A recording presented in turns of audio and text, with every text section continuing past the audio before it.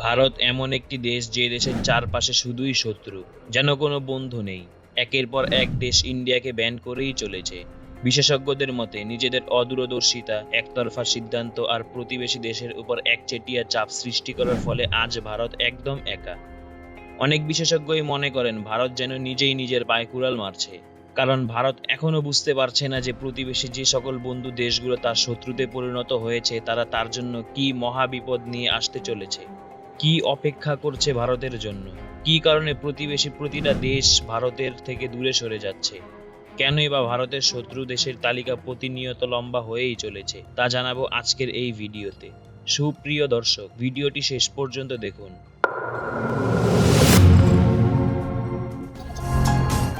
ভারত এবং তার প্রতিবেশী দেশগুলোর মধ্যকার সম্পর্ক গত কয়েক দশকে নানা উত্থান পতনের মধ্য দিয়ে গেছে। 1980-র দশক থেকে দক্ষিণ এশিয়ার দেশগুলোর ভারতের প্রতি পারস্পরিক অবিশ্বাসের কারণে ভারত প্রতিবেশীদের সাথে কূটনৈতিক সম্পর্ক নিয়ে ভাবতে শুরু করে। 2014 সালের প্রধানমন্ত্রী নরেন্দ্র মোদী ক্ষমতায় আসার পর নেইবারহুড ফার্স্ট নীতি গ্রহণ করেন, যার উদ্দেশ্য ছিল প্রতিবেশী দেশগুলোর সাথে সম্পর্ক উন্নয়ন ও আঞ্চলিক সহযোগিতা বৃদ্ধি করা। এই নীতির আওতায় ভারত তার প্রতিবেশী দেশগুলোর সঙ্গে অর্থনৈতিক, রাজনৈতিক ও সাংস্কৃতিক সম্পর্ক জোরদার করার চেষ্টা করেন।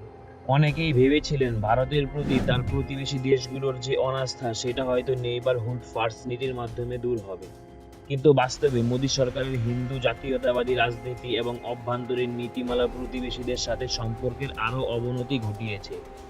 বিশেষ করে ভারতীয় নাগরিকত্ব সংশোধনী আইন এবং জাতীয় নাগরিক পুঞ্জির মতো বিষয়গুলোতে বিজেপি সরকার বাংলাদেশিদেরকে ভারতে অনুপ্রবেশকারী হিসেবে ভয়ানক অপপ্রচার চালিয়েছে। এছাড়া নেপাল, শ্রীলঙ্কা, মালদ্বীপের মতো দেশগুলোর সঙ্গে সম্পর্কেরও ভিন্ন ভিন্ন কারণে চ্যালেঞ্জ দেখা দিয়েছে। সহজ করে বলতে গেলে নরেন্দ্র মোদীর কট্টর হিন্দুত্ববাদী সরকার প্রতিবেশীদের সাথে সম্পর্ক উন্নয়নে বড় বড় বুলি আওড়ালেও প্রকৃতপক্ষে প্রতিবেশীদের সাথে তাদের সম্পর্কের অবনতি হয়েছে, এবং বিজেপির অসহিষ্ণু উগ্র হিন্দু মৌলবাদী নেতাদের জন্য সেই সম্পর্ক দিন দিন আরো খারাপের দিকে যাচ্ছে। ভারত চায় নেপাল যেন তার আঞ্চলিক প্রভাবের অংশ হয়ে থাকে, কিন্তু নেপালও চায় ভারতের চাপ এবং হস্তক্ষেপ থেকে মুক্তি পেতে। ভারতের এই দাদাগিরিতে নেপালের মতো হিন্দু প্রধান দেশ ও ভারতের কাছ থেকে দূরে সরে গেছে। এই দ্বন্দ্বের মূল কারণ ছিল ভারতের বড় ভাই মনোভাব, যা নেপাল কখনোই পুরোপুরিভাবে মেনে নিতে পারেনি। 2015 সালে নেপাল যখন নতুন সংবিধান তৈরি করে তখন ভারত তীব্রভাবে আপত্তি জানায়। বিশেষ করে ভারতের মাদ্রাসি জনগণের অধিকার নিয়ে ভারত নেপালের বিরুদ্ধে অবরোধ আরোপ শুরু করে। খাদ্য, গ্যাস, জ্বালানি এবং জরুরি সরবরাহ তারা বন্ধ করে দেয়। এই অবরোধ নেপালের জন্য এক মারাত্মক সংকট তৈরি করে, আর নেপাল বুঝতে পারে ভারতের এই চাপ তার স্বাধীনতা এবং সার্বভৌমত্বের জন্য বড় হুমকি। এই ঘটনার পরে নেপাল সিদ্ধান্ত নেয় ভারতকে মোকাবেলা করার জন্য তাকে চীনের দিকে ঝুঁকতে হবে। চীনের সাথে সম্পর্ক বাড়িয়ে নেপাল আরো শক্ত অবস্থান নেয়। ভারতীয় চাপের বিরুদ্ধে দাঁড়িয়ে নেপাল এখন চীনের দিকে ঝুঁকে পড়েছে, আর এই পরিস্থিতি দুই দেশের সম্পর্ককে একদম চরম সংকটে ফেলে দিয়েছে। ভারত পাকিস্তান সম্পর্কের মূল সমস্যা কাশ্মীর ইস্যু। 75 বছর ধরে কাশ্মীরের স্বায়ত্তশাসন এর সংকট দুই দেশের মধ্যে দ্বন্দ্ব বাড়িয়েছে। ভারতের হিন্দুত্ববাদী নীতিমালা এবং সামরিক শক্তির আগ্রাসন ভারত পাকিস্তান চিরশত্রু অবস্থানকে আরও সুদৃঢ় করেছে। 1947 সালে উপমহাদেশ ভাগ হয়ে গেলে ভারত এবং পাকিস্তান আলাদা দেশ হিসেবে জন্ম নিলেও কাশ্মীরের বিষয়টা ছিল দুই দেশের মধ্যে শত্রুতার মূল জায়গা। ভারত কাশ্মীরকে পুরোপুরি নিজেদের অধিকার বলে দাবি করে এবং পাকিস্তানের সঙ্গে নানা রকম ভাবে সামরিক সংঘর্ষেও জড়িয়ে যায়। তাছাড়া 2019 সালে ভারত যখন কাশ্মীরের বিরুদ্ধে মর্যাদা আইন বাতিল করে তখন বিষয়টা আরো কঠিন হয়ে ওঠে। কাশ্মীরের মুসলিমদের উপর দমন পীড়ন চালিয়ে ভারত পাকিস্তানের সাথে যেন অঘোষিত যুদ্ধ শুরু করে দেয়। এ সমস্ত ঘটনা ভারতকে পাকিস্তানের জন্য চিরশত্রুতে পরিণত করেছে, আর তাই মাঝে মধ্যেই ভারত পাকিস্তান সীমান্তে সংঘর্ষের খবর ছড়িয়ে যায়, যেন যে কোনো মুহূর্তেই লেগে যেতে পারে ভারত পাকিস্তান মহাযুদ্ধ। 1949 সালে ভারত ভুটান বন্ধুত্ব চুক্তি অনুযায়ী ভুটানকে তার পররাষ্ট্রনীতি ভারতের পরামর্শ অনুযায়ী পরিচালনা করতে হতো। তবে 2007 সালে চুক্তিটি সংশোধন করে ভুটানকে তার নিজস্ব পররাষ্ট্রনীতি পরিচালনার স্বাধীনতা দেওয়া হয়, তবে শর্ত ছিল যে তা যেন ভারতের স্বার্থের বিপরীতে না যায়। এর বাইরেও আরও বেশ কিছু বিষয়ে ভুটান প্রায়ই ভারতের অতিরিক্ত হস্তক্ষেপ নিয়ে অসন্তোষ প্রকাশ করেছে। ভারত চীনের সম্পর্ক যেন আরও কঠোর। 1962 সালে ভারত চীন যুদ্ধের পর থেকেই দুই দেশের মধ্যে সম্পর্কটা যে এক ঠান্ডা যুদ্ধের মতোই চলছিল। তবে 2010 এর দশকের শুরুতে ভারত এবং চীনের মধ্যে উত্তেজনা আরেকটু বাড়ে, যখন ভারত নিজেকে আঞ্চলিক শক্তি হিসেবে তুলে ধরার চেষ্টা করে এবং চীনকে সরাসরি চ্যালেঞ্জ করে। ভারত যখন দক্ষিণ চীন সাগর নিয়ে চীনের সঙ্গে বিরোধে গা ভাসাতে শুরু করে, তখন এই বিষয়টা আরও জটিল হয়ে ওঠে। ভারত মনে করেছিল চীনকে চ্যালেঞ্জ করলে একদিকে যেমন দক্ষিণ এশিয়ায় তার প্রভাব বজায় থাকবে, তেমনি আন্তর্জাতিকভাবেও তারা শক্তিশালী হয়ে উঠবে।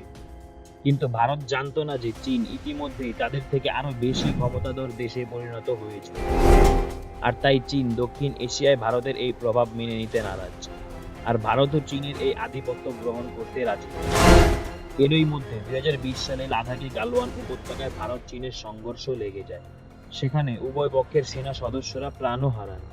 ভারতের এই পদক্ষেপের ফলে চীন এখন ভারতের দক্ষিণ এশিয়ার প্রভাবকেই চ্যালেঞ্জ করছে না, বরং দুই দেশের সম্পর্কের মধ্যে এক নতুন শত্রুতার দানা বেঁধেছে। এই সমস্ত ঘটনায় ভারত নিজের অজান্তেই চীনের মতো বিশাল শক্তির শত্রু হয়ে উঠেছে। 2019 সালে নাগরিকত্ব সংশোধনী আইন নিয়ে ভারতীয় পদক্ষেপে বাংলাদেশের সাথে সম্পর্ক খারাপ হতে থাকে। এই পদক্ষেপগুলো বাংলাদেশের মুসলিম জনগণের বিরুদ্ধে হুমকি হিসেবে দেখা দিয়েছিল, এবং এর ফলে ভারত বাংলাদেশ সম্পর্কের মধ্যে এক বিরাট ফাটল সৃষ্টি হয়।